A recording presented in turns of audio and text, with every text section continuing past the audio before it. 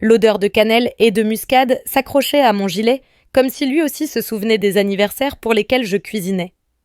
J'appuyais mes paumes endolories sur le plan de travail façonnant avec soin la dernière carotte en pâte d'amande. Mes doigts ne plient plus, comme avant, mais ils n'ont pas oublié. 12 petites carottes, comme toujours. Une pour chaque vœu de Laurence. C'est ce que je disais quand elle avait 7 ans et elle y croyait. J'ai glissé le gâteau aux carottes dans sa boîte posée sur un plateau tapissé d'un torchon comme un présent trop fragile pour être emballé. 3 étages de génoise au citron et crème au fromage frais, décorés comme elle l'aimait simple précis, débordant d'amour. Mieux que n'importe quelle pâtisserie, disait-elle autrefois. J'ai laissé ce souvenir flotter un instant doux et triste à la fois. J'avais 72 ans veuve depuis 12 ans, avec des genoux qui grognaient comme des chiens par temps froid. La météo annonçait une pluie battante, mais j'avais affronté pire pour elle.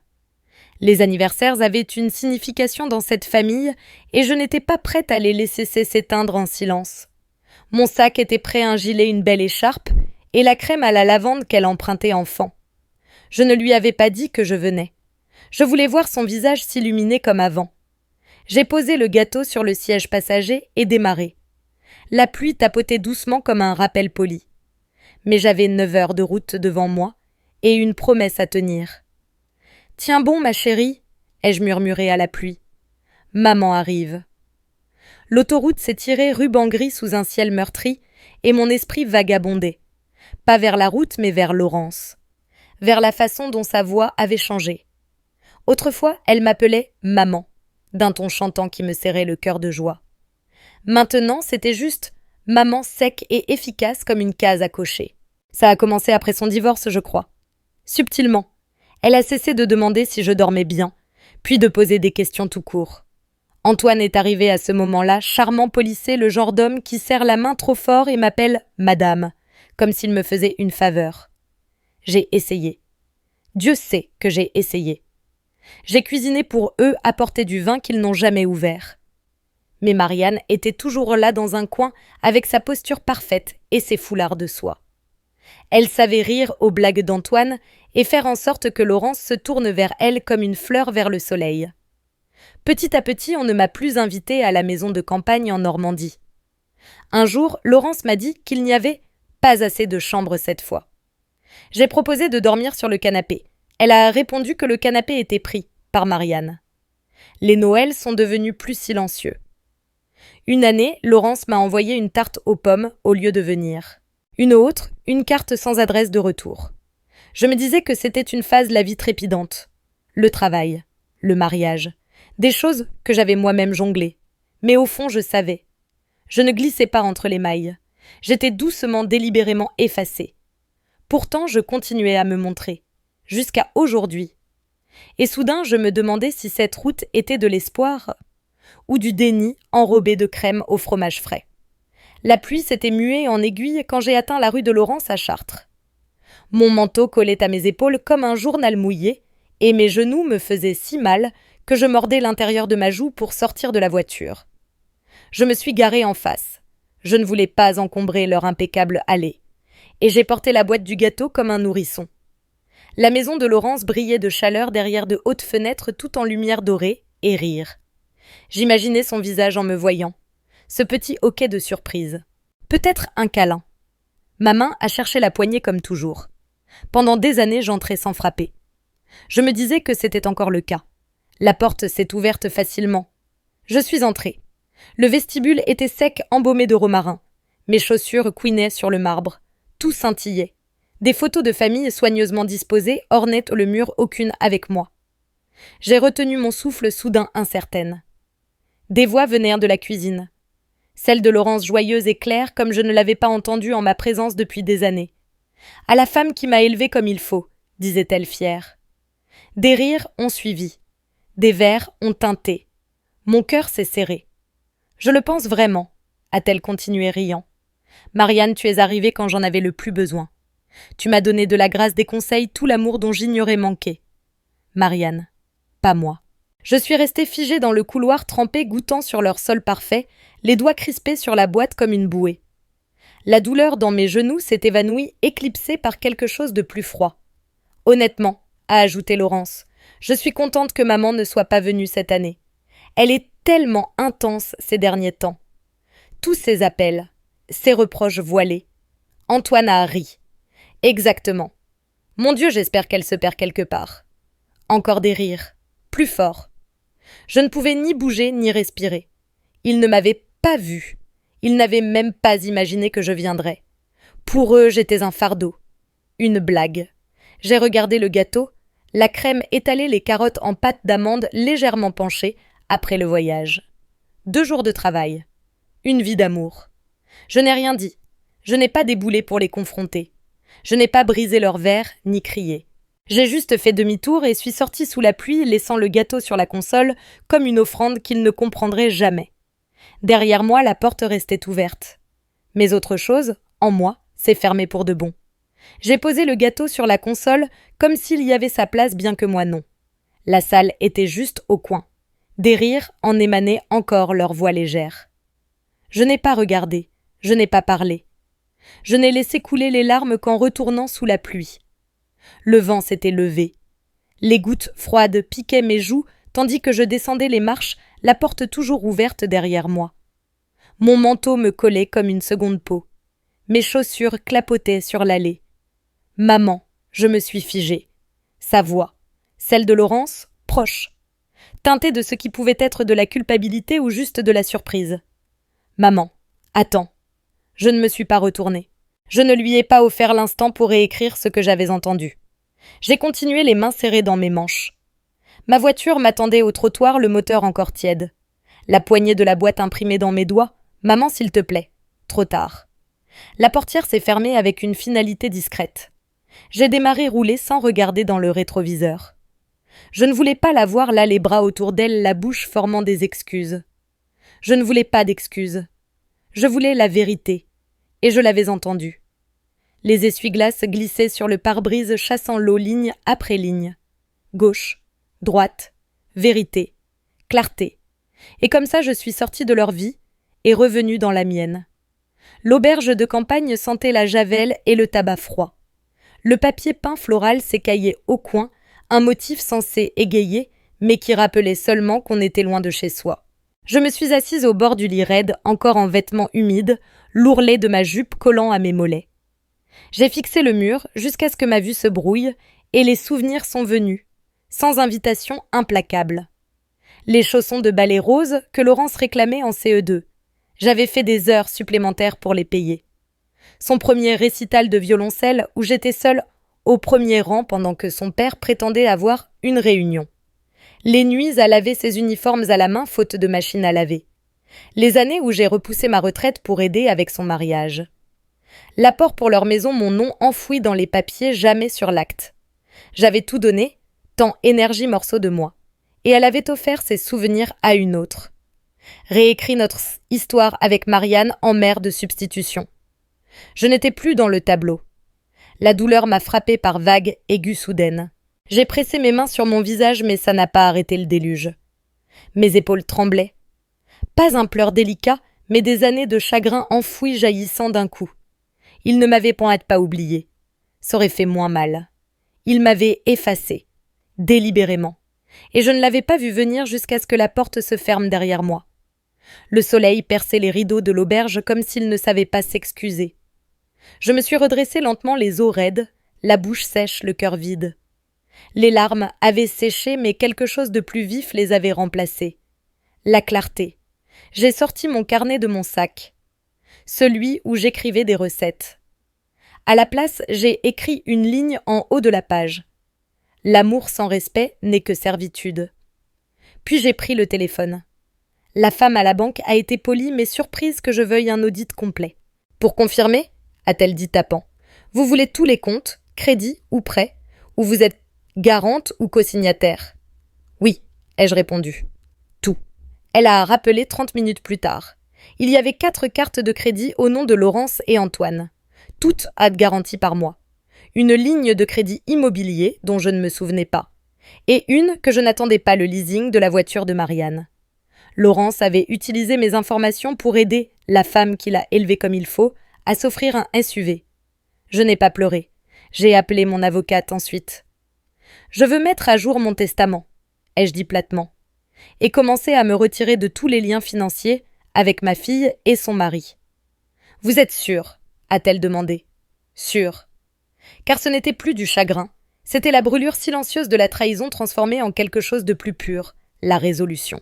J'en avais fini d'être le nom invisible dans la vie d'une autre. C'est étrange comme la justice peut être silencieuse. Pas d'explosion, pas de porte claquée. Juste une plume, quelques feuilles, et le lent démantèlement de ce qu'il pensait intouchable. Le bureau d'Hélène baignait dans la lumière douce de l'automne filtrée par de hautes fenêtres. Elle était en face de moi, élégante en blazer, vert sombre, feuilletant le dossier que j'appelais autrefois mon avenir. Tout y était destiné à Laurence. Ma maison, les comptes d'investissement d'Henri, l'annuité qu'il avait laissée pour que je ne manque de rien. Chaque parcelle était pour elle. Un dernier acte de dévotion d'une mère qui donnait sans beaucoup demander. Jusqu'à maintenant, on a commencé par les garanties.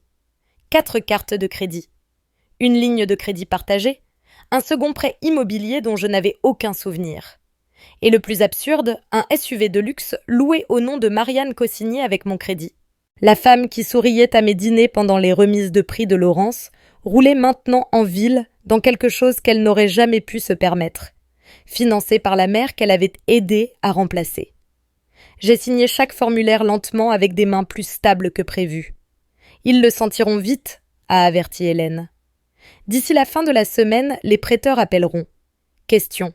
Suspension. Le prêt pour la villa à Deauville s'effondrera presque certainement.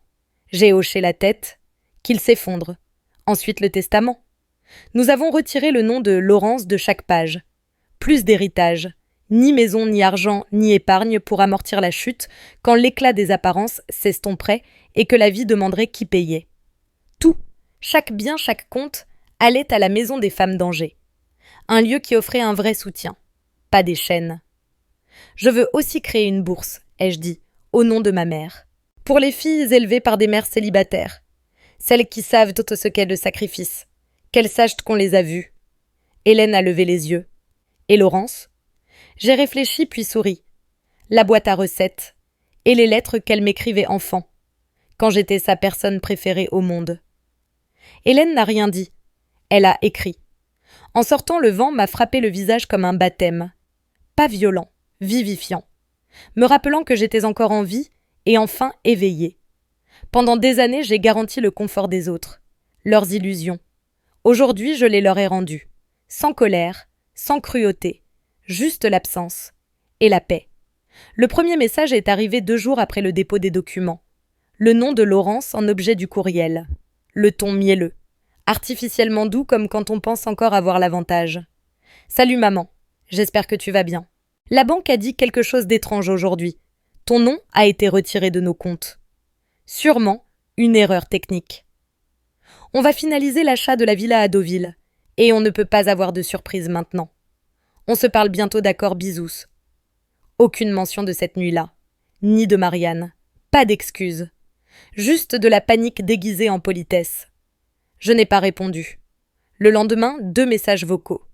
Un de Laurence, un d'Antoine. Coucou Bernadette, juste un coucou. Le prêteur dit que ton statut de co-signataire a disparu de notre dossier. Sans doute une confusion. Si tu pouvais appeler pour clarifier, ça devrait être rapide. Il jouait encore pensant que j'étais trop naïve pour voir que les règles avaient changé. 2 jours de plus, et les messages s'effilochaient. Laurence encore, il faut qu'on parle, vraiment. Le vendeur s'inquiète pour la villa, et le courtier ne finalisera rien tant que ta signature n'est pas rétablie. Je ne comprends pas ce qui se passe. Appelle-moi. Toujours pas un mot sur pourquoi j'avais arrêté. Pas de « désolé ». Pas de « nous avons été cruels ». Juste des conséquences imprévues. Et puis, comme une horloge, les fissures sont apparues. Le journal local a publié un entrefilet sur Marianne. Une mauvaise gestion de fonds caritatifs liée à un gala qu'elle avait organisé au printemps. Facture dupliquée. Dons manquants. Un scandale discret mais assez pour ternir son image immaculée. Pas de prison, mais pas besoin. J'ai découpé l'article et l'ai rangé dans un tiroir. Pas comme un trophée, mais comme une preuve, les masques finissent toujours par tomber. L'entreprise d'Antoine a suivi. Un investisseur clé s'est retiré. Une voisine a vu des cartons chargés dans un garde-meuble et la voiture de Laurence en vente en ligne. Fanny a mentionné que Marianne y était partie en retraite. Les messages continuaient, désespérés. Tu détruis tout. Tu nous tournes le dos. Après tout ce qu'on a fait pour toi, mais pas une fois, pas une, ils n'ont dit « nous avions tort ». Je ne les ai pas détruits. J'ai simplement pris le large. Et la maison bâtie sur mon silence a enfin entendu l'écho. Le téléphone a sonné juste après le coucher du soleil. J'ai failli ne pas répondre. Je m'étais habituée au silence et le préférais. Mais un pressentiment m'a poussée à décrocher au 4e appel. Maman, c'était elle. Laurence. Sa voix semblait étrangère, hésitante, comme si elle doutait d'avoir le bon numéro. J'essaye de te joindre, a-t-elle dit après mon silence. Je sais. Une pause. Puis sa voix s'est adoucie, tentant la chaleur. Je voulais expliquer. Cette nuit-là, tu n'étais pas censé entendre. On plaisantait. De l'humour noir. Antoine était stressé par le travail. Je me défoulais. Tu as mal compris. J'ai fermé les yeux. Non, Laurence. Je n'ai pas mal compris. J'ai entendu ma fille souhaiter que je crache ma voiture. Son mari rire à l'idée que je disparaisse. C'était clair. Ce n'était pas une blague. C'était la vérité sans masque. Elle n'a pas répondu tout de suite, puis une première fêlure dans sa voix. « Je suis désolée », a-t-elle murmuré. Vraiment, je ne le pensais pas. J'étais dépassée. Les discussions sur le bébé l'hypothèquent l'entreprise d'Antoine qui s'effondre. J'avais l'impression que tes appels me rappelaient tout ce que je faisais mal. J'ai laissé ces mots flotter sans les rattraper, sans combler sa culpabilité par du réconfort. Elle a continué, la voix tremblante. J'ai commencé une thérapie. J'essaie de comprendre pourquoi j'attaque ceux qui m'aiment, pourquoi je m'éloigne. La thérapeute dit que je repousse ce qui me rappelle ma honte. Un souffle puis, on a perdu la villa. Antoine fait des piges. J'ai tout épuisé. Je sais que ce que j'ai dit est irréparable. Mais s'il y a un moyen, juste une ligne de crédit, quelque chose pour passer ce mois. Et voilà, la vraie raison de l'appel. J'écouterai, ai-je dit calmement, quand tes excuses ne finiront pas par une demande. Quand elles existeront seules parce qu'elles sont vraies, pas opportunes. Sa respiration s'est coupée. Maman, j'aime l'enfant que tu étais. J'apprends à lâcher la femme que tu es devenue. J'ai raccroché doucement. Pas pour la blesser, mais pour me protéger enfin. La pâte était plus épaisse cette année.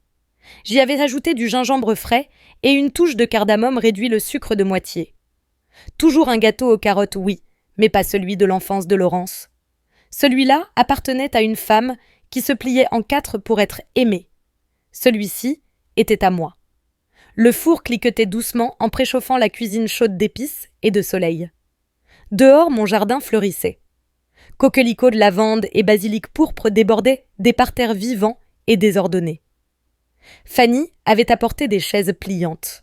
Hélène était arrivée au chapeau à large bord et rouge à lèvres avec une bouteille de cidre pétillant et une photo encadrée de nous l'automne dernier, moi riant à quelque chose d'oublié. Nous avons dressé la table avec des nappes en dentelle et des assiettes dépareillées, des serviettes pliées avec soin. Mes invités arrivaient des femmes de l'association de la bibliothèque, la jeune barista de la librairie qui m'avait demandé de l'aide pour une bourse, une enseignante retraitée qui élevait des chatons et faisait un pain meilleur que n'importe quelle boulangerie. Personne n'a parlé de Laurence. Pas besoin. Le jardin était rempli de rires vrais sans lignes apprises. La musique jouait doucement près de la fenêtre. Édith Piaf, pourquoi pas. J'ai sorti le gâteau sur le vieux plat en céramique d'Henri rangé des années. La crème était imparfaite. Les noix mal coupées. C'était magnifique. Hélène s'est levée verre à la main. « À Bernadette », a-t-elle dit la voix claire, qui n'a pas brûlé le pont, elle a juste construit une nouvelle route ailleurs. Les verres ont teinté. Ma gorge s'est serrée, mais je n'ai pas pleuré. J'ai souri regardant la table, voyant non ce que j'avais perdu, mais ce que j'avais créé. Un foyer, une famille, une vie entièrement mienne. En coupant le gâteau, quelqu'un a demandé ce qui le rendait si différent.